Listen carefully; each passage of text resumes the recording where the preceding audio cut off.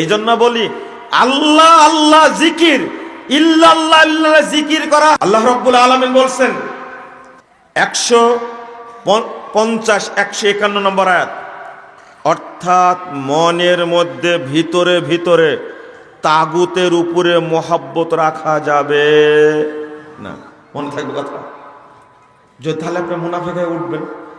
ভিতরে গোপন করতেন জাতীয়তাবাদ, ভিতরে গোপন করতেন ধর্মনিরপেক্ষতাবাদ, আপনাকে চিনা যায়নি, কিন্তু চিনেন কে? এই জন্য বলছেন লা ইলাহা, সবকে বাদ দেওয়া আগে, তারপর বলে কি ইল্লাল্লাহ। এই জন্য বলি আল্লাহ আল্লাহ জিকির, ইল্লাল্লাহ ইল্লাল্লাহ জিকির করা হারাম। আল্লাহ শব্দটা মুখে উচ্চারণ করা হারাম যদি আপনি আগে না বলেন লা ইলাহা লা ইলাহা লা ইলাহা, কোনো ইলা নাই।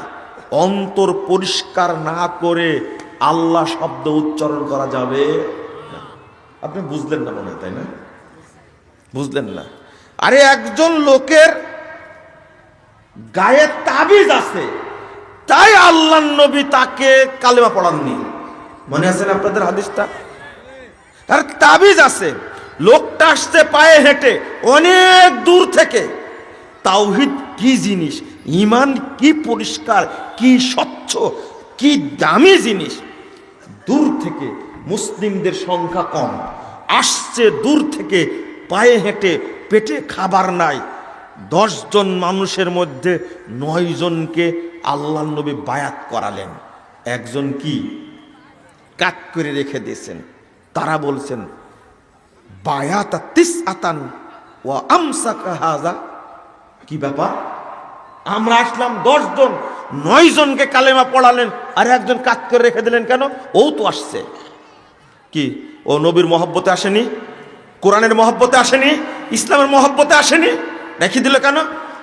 রাসূল সাল্লাল্লাহু আলাইহি ওয়াসাল্লাম বলছেন ইন্না আলাইহি তামিমা, ওর শরীরে তাবিজ বাঁধা আছে। এটা কি রাসূল জানেন? এটা কি রাসূল জানেন? কে বলে দিয়েছেন? একজন। এরপরে আল্লাহ রাসূল বলছেন যখন বলল তার শরীরে তাবিজ বাঁধা আছে, ফাআদখালা ইয়াদাহু, ভিতরে হাত ঢোকা দিলেন, ফাআদখালা ইয়াদাহু, শরীরের ভিতরে হাত ঢোকা দিলেন, ফাকাতাহু, অতঃপর ছিঁড়ে ফেললেন, ফাবায়াহুন নবী সাল্লাল্লাহু আলাইহি সাল্লাম, এরপরে তার কালেমা পড়া বায়াত নিলেন।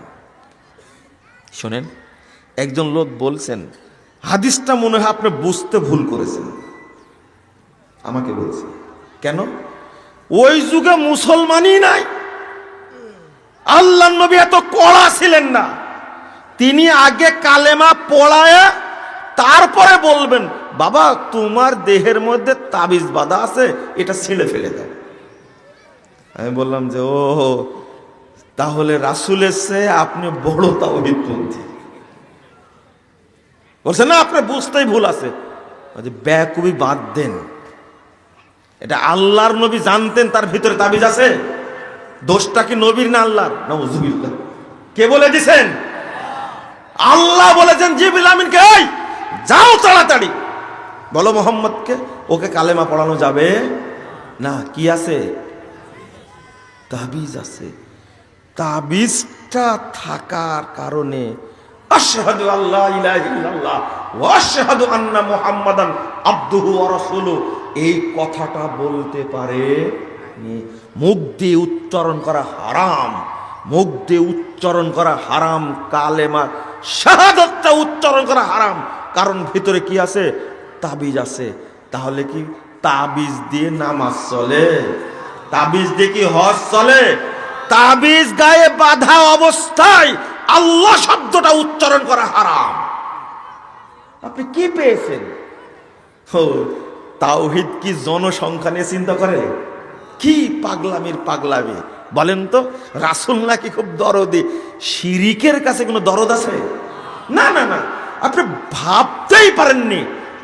আপনার দাড়ি পেকে গেছে, দাড়ি কি পাকেনি? মুলবিদের দাড়ি কি পাকেনি? আলেমদের দাড়ি কি পাকেনি? এই হাদিসটা তাদের মুখে জীবনে শুনতেছেন? কোনদিন শুনেছেন এই হাদিসটা? ঈমান কি স্বচ্ছ জিনিস, ভিতরে একটু কুটিলতা থাকলে ওই অন্তর দিয়ে মুখে আল্লাহ শব্দটা উচ্চারণ করা যাবে হারাম উচ্চারণ করা। আল্লাহ বলছেন ইয়াকুলুনা নুমিনু বিবাযিন ওয়া নাকফুরু বিবায, তারা কৌশল করে বলে আমরা কিছু মানব আর কিছু ছাড়ব। ওয়া ইউরিদুনা আইয়াত্তাখিযু বাইনা যালিকা সাবিলা, আর তারা চায় দুইটা মিলে সুন্দর একটা পথ তৈরি করব। ও গবেষকরা সংবিধান বাতিল করে নতুন করে সংবিধান প্রণয়ন করার চিন্তা করছেন, সব পক্ষই যেন খুশি থাকে, তাই করছে না? বুঝেননি মনে করেন? টুপিওয়ালারাও খুশি থাকবে, টুপিবিহীন তারাও খুশি থাকবে, যারা নামাজ পড়ে না তারাও খুশি থাকবে, যারা নামাজ পড়ে তারাও খুশি থাকবে, তাই না?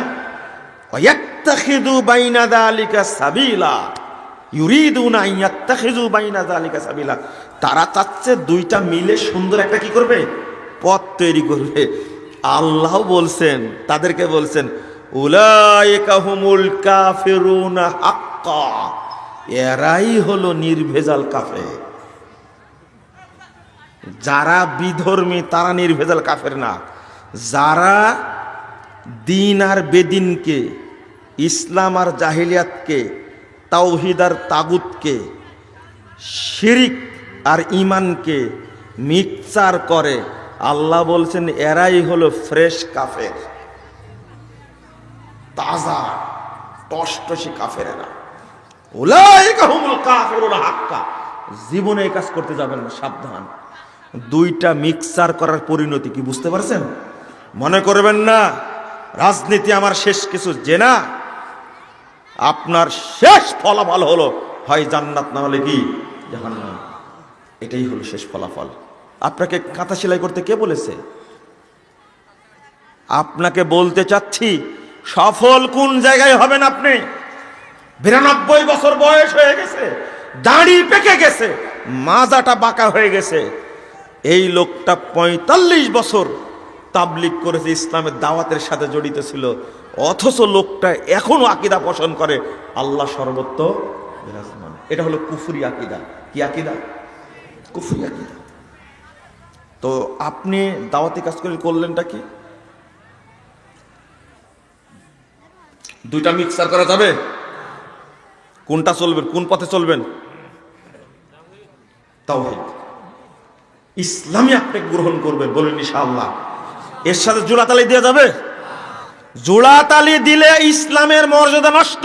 আচ্ছা বলেন তো দেখি, এই গ্লাসে যদি পানির মধ্যে পেশাব মিক্সচার করা হয়, ইজ্জত যাবে কার? পেশাবের না পানির না গ্লাসের? বুঝেননি মনে কথাটা? এদিকে তাকান।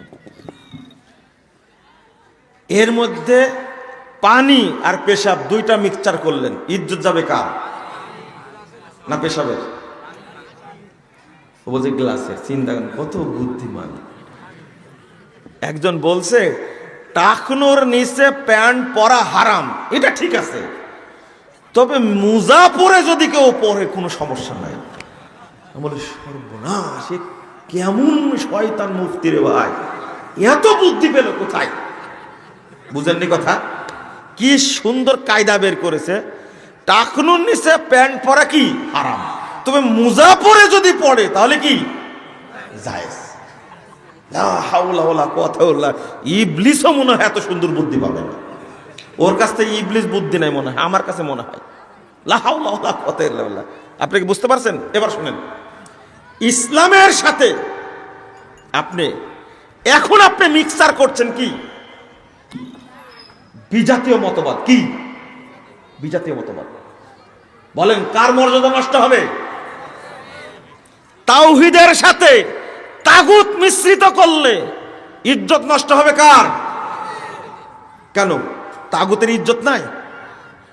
একজন বলছে যে পেশাব নষ্ট হবে না পানি নষ্ট হবে, তো বলছে যে পেশাব তো নষ্ট। বুঝেননি কথা? উত্তর দিচ্ছে এত সুন্দর, বলছে যে আরে পানি তো নষ্ট হবে, পেশাব নষ্ট কি আছে, ও তো নষ্টই। সুন্নাতের মধ্যে বেদাত মিশ্রিত করলে কার ইজ্জত যাবে? কেন বেদাতের ইজ্জত যাবে না? বেদাতের ইজ্জত যাবে? বলেন যে বেদাতের তোর ইজ্জতই নাই, বুঝেননি?